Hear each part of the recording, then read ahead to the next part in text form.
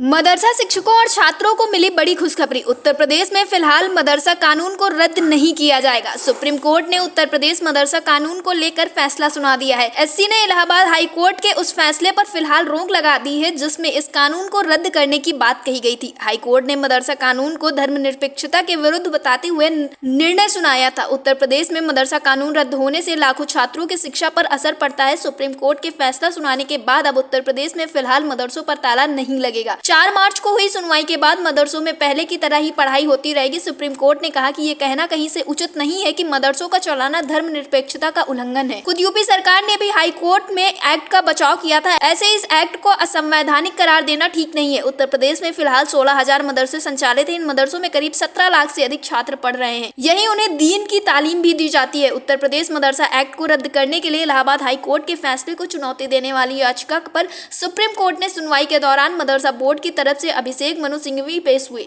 इस दौरान उन्होंने कहा कि हाई कोर्ट का अधिकार बनता है कि इस एक्ट को रद्द करे। इस फैसले से 17 लाख छात्र भी प्रभावित हैं। साथ ही इस आदेश से करीब 25,000 मदरसे प्रभावित हुए हैं जो लगभग 125 साल पुराने हैं। ये मदरसे 1908 में रजिस्टर्ड हुए थे। सुप्रीम कोर्ट के इस फैसले से लाखों बच्चों को भी राहत मिली है। इसके साथ ही मदरसा शिक्षकों के भविष्य पर भी मंडरा रहा संकट फिलहाल टल गया है, क्योंकि अगर मदरसे बंद होते तो हजारों शिक्षक बेरोजगार हो जाते। और इस विषय पर अटल टीवी की टीम ने मदरसा बोर्ड के चेयरमैन डॉक्टर इफ्तिखार अहमद जावेद से टेलीफोनिक वार्ता की। उन्होंने क्या कुछ जानकारी दी है, आप भी सुनिए।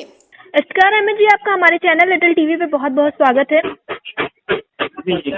सुप्रीम कोर्ट ने उत्तर प्रदेश मदरसा कानून को लेकर एक बड़ा फैसला सुनाया है। इसमें ऐसा कहा गया है कि जो मदरसा कानून को रद्द अब नहीं किया जाएगा, तो इस पर आपका क्या कुछ कहना है? नहीं, सुप्रीम कोर्ट ने स्टे दिया है, फैसला सुनाया है। स्टे होने के बाद अभी कल डेट पड़ी हुई है उससे जी, तो फैसला उससे कल आने वाला है। अच्छा फैसला है जी। मदरसे एक्ट को हाई कोर्ट ने कहीं कंफ्यूजन में उसको निरस्त किया था, लेकिन माननीय सुप्रीम कोर्ट ने स्टे दे करके एक बड़ा काम किया है। मदरसे एक्ट के अंतर्गत चल रहे हैं, अच्छी तरह चल रहे हैं, आगे भी चलते रहेंगे जी। तो जब शिक्षकों के मानदेय की बात की गई थी तो उन्होंने बताया कि इसके पहले उनको केंद्र की तरफ से दिया जाता था, लेकिन अब जब केंद्र सरकार ने बजट देना बंद कर दिया, इसके बाद राज्य सरकार ने बंद कर दिया राज्यांश देना भी, तो इस पर आप क्या कहेंगे? वो दूसरी बातें हैं। मदरसे 2 तरह के अध्यापक रखे गए हैं। एक तो उत्तर सरकार जो है, जो करीब 10,000 के आसपास अध्यापक हैं, उनको ग्रेड की सैलरी बाकायदा मिलती है। वो तो पहले से चल रही है, वो तो महीने की 1-2 तारीख को ही आ जाती है। एक स्कीम सेंट्रल गवर्नमेंट की थी आधुनिक शिक्षा को बढ़ावा देने के लिए। वो स्कीम में काफी समय से टीचर्स को, उनके जो टीचर्स 23,000 के आसपास हैं, उनको सैलरी नहीं मिल रही थी। तो अभी वो स्कीम सेंट्रल गवर्नमेंट ने बंद कर दी। अभी जो एक्स्ट्रा जो है उनको मिल रहा था पैसा जो है स्टेट गवर्नमेंट की तरफ से, वो भी बंद हो गया है जी। तो ये चीजें हुई हैं। बाकी वो जो गवर्नमेंट जो उनको अनुदानित मदरसों में जो सैलरी मिल रही है 10,000 के आसपास टीचर्स हैं, वो अभी भी जारी है, बाकायदा अच्छी तरह से मिल रही है जी। अटल टीवी से जुड़ने के लिए बहुत बहुत धन्यवाद।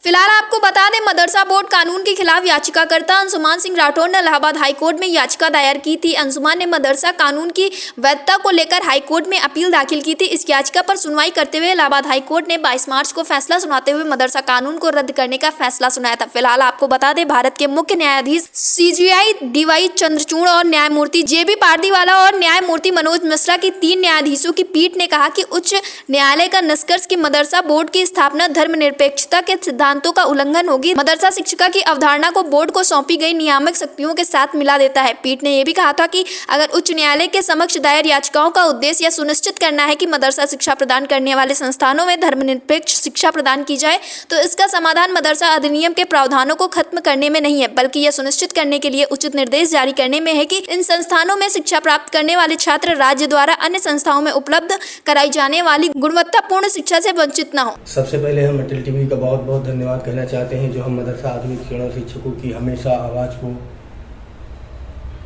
आपके माध्यम से, अटल टीवी के माध्यम से बुलंद किया जाता है। और आज जो सुप्रीम कोर्ट का फैसला आया है मदरसों के लिए, मदरसा शिक्षा के लिए, सुप्रीम कोर्ट का हम सभी लोग तहे दिल से शुक्रिया कहते हैं। और ये सच की जीत है, हमेशा सच की जीत होती है, और आने वाले वक्त में हम मदरसा आधुनिकीकरण शिक्षकों की भी जीत होगी। अभी रविंद्रालय में ये 4 बाग के पास कल जो प्रोग्राम हुआ था, उसमें माननीय कैबिनेट मंत्री ओम प्रकाश राजभर जी ने हम लोगों को हक दिलाने के लिए मशवरा मांगा है, कैसे दिलाया जाए, दिल्ली जाने के लिए कहा है, तरह तरह की बातें कही हैं। इसलिए हमेशा सच की जीत होती है और सच की जीत होगी। इसलिए हमें उम्मीद है कि हम मदरसा आधुनिकीकरण शिक्षक एक दिन सुख से रहेंगे, खुशहाल होंगे। जो भी हमारा बकाया केंद्रांश है, राज्यांश है, वो हम लोगों को मिलेगा, जारी होगा। और जो हम मदरसा आधुनिकीकरण शिक्षकों की योजना अभी थमी हुई है, रुकी हुई है, इस योजना भी संचालित होगी। और हम अटल टीवी के माध्यम से फिर एक बार कहना चाहते हैं कि ये सच की जीत हुई है, आगे मदरसा आधुनिकीकरण शिक्षकों की भी जीत होगी।